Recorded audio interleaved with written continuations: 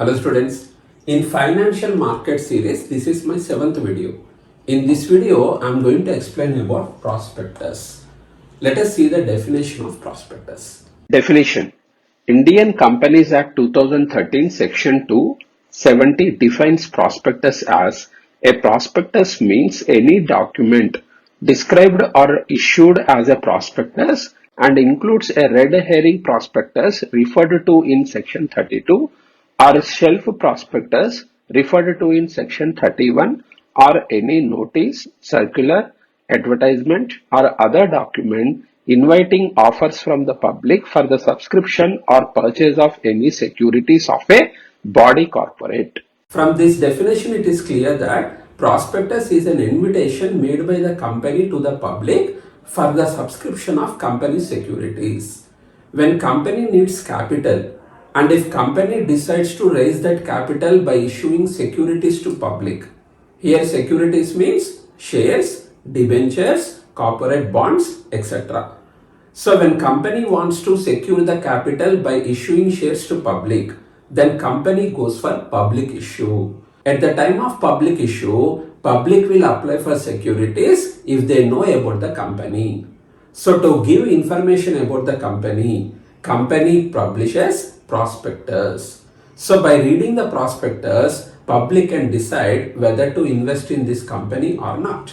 Prospectus may be in the form of an advertisement, brochure, circular, notice or any other document. If you recollect the definition, they use two words, red herring prospectus, shield prospectus. So these two come under types of prospectus. In my next video, I am going to cover that topic.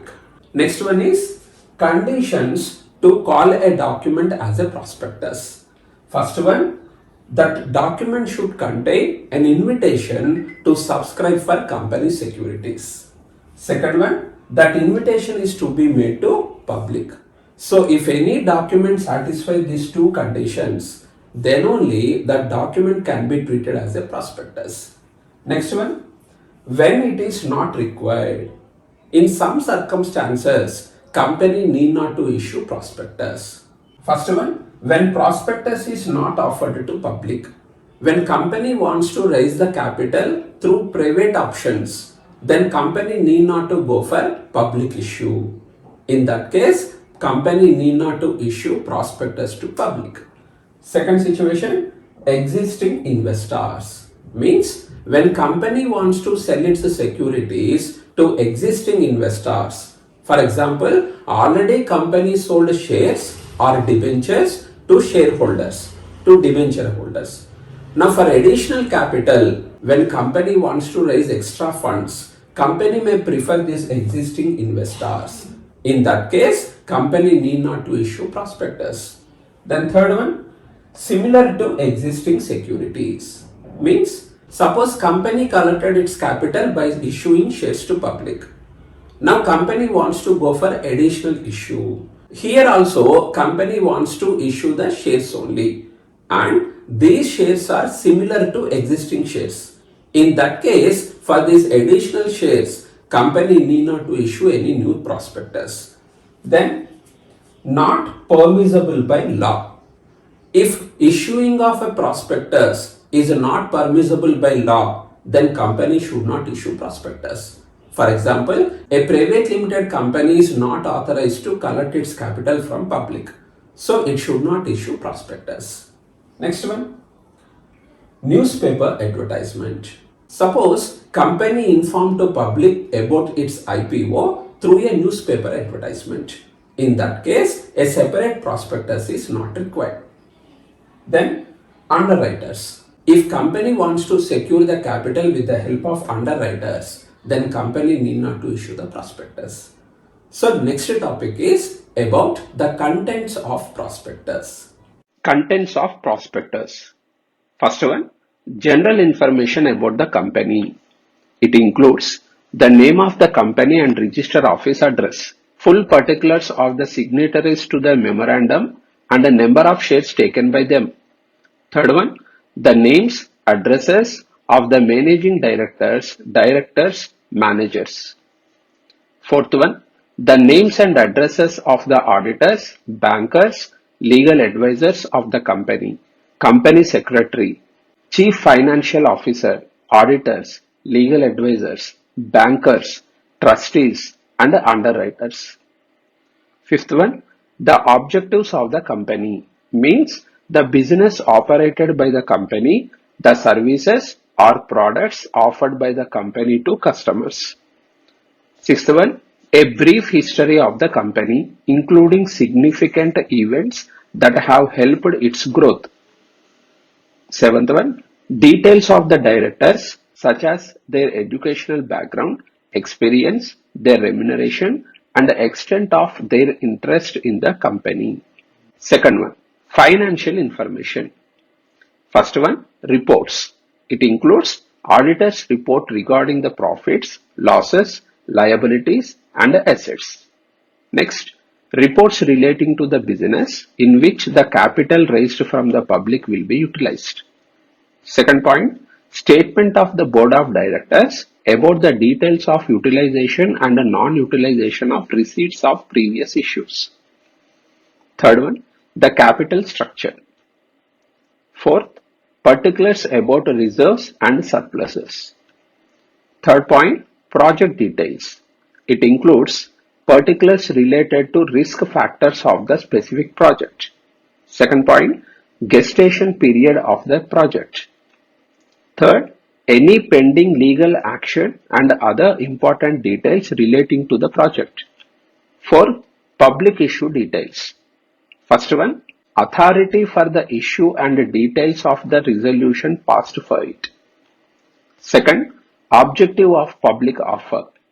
Third, type, number, and price of securities that are being offered to public. Fourth, issue opening and closing date. Fifth, amount payable on application, on allotment, and on further calls. Sixth, minimum subscription on which the directors may proceed to allot. Seventh, procedure for the allotment of securities. Eighth, expected rate of return on the investor's funds.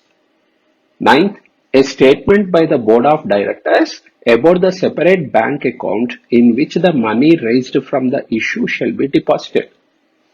10th, consent of the directors, auditors, bankers to the issue, expert opinions.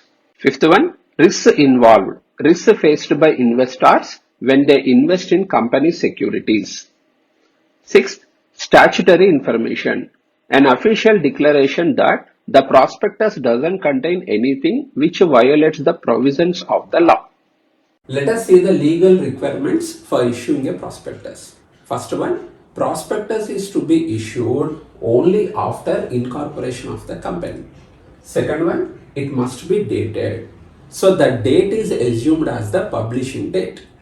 Next, it must be in writing. Oral information is not considered as prospectus. For example, a company has given advertisement in TV regarding its IPO.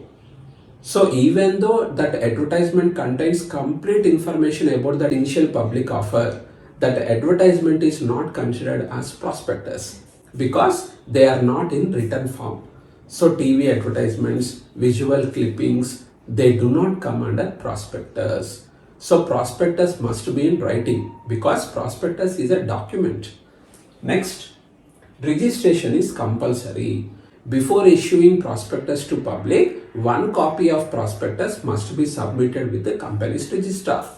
Next, issue within 90 days. When prospectus is submitted to company's registrar, from that date onwards, within 90 days, prospectus is to be issued to public. Next, prospectus must be signed by the directors of company. In prospectus, director should mention only true information. So prospectus should contain true information. If any untrue information is given in the prospectus or inclusion or exclusion of any information to mislead the public, then it is considered as misstatement of prospectus. In that case, the persons who are responsible for this misstatement of prospectus have to face civil and criminal liabilities. Civil liability is the persons who are authorized to prepare prospectus should pay compensation to the people who are affected by this false information. Next one, criminal liability.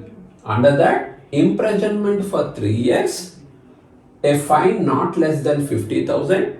This fine may be extended to 3 lakh rupees or both. Last topic is statement in lieu of prospectus. In lieu of means in the place of. If a public limited company wants to raise the capital through public issue, then company may go for issuing prospectus. Suppose company has a private arrangement. Public limited company wants to raise the capital by taking loans from friends, relatives, or from underwriters. In that case, company need not to issue prospectus to public. But company should prepare a draft prospectus and it is to be submitted to company's registrar before 3 days of allotment of securities. This document must be signed by all the directors of company or proposed directors of the company or authorized agency of the company. The contents of this document are almost similar to the contents of prospectus. So this is the end of present video. Hope this video is helpful to you. Thank you.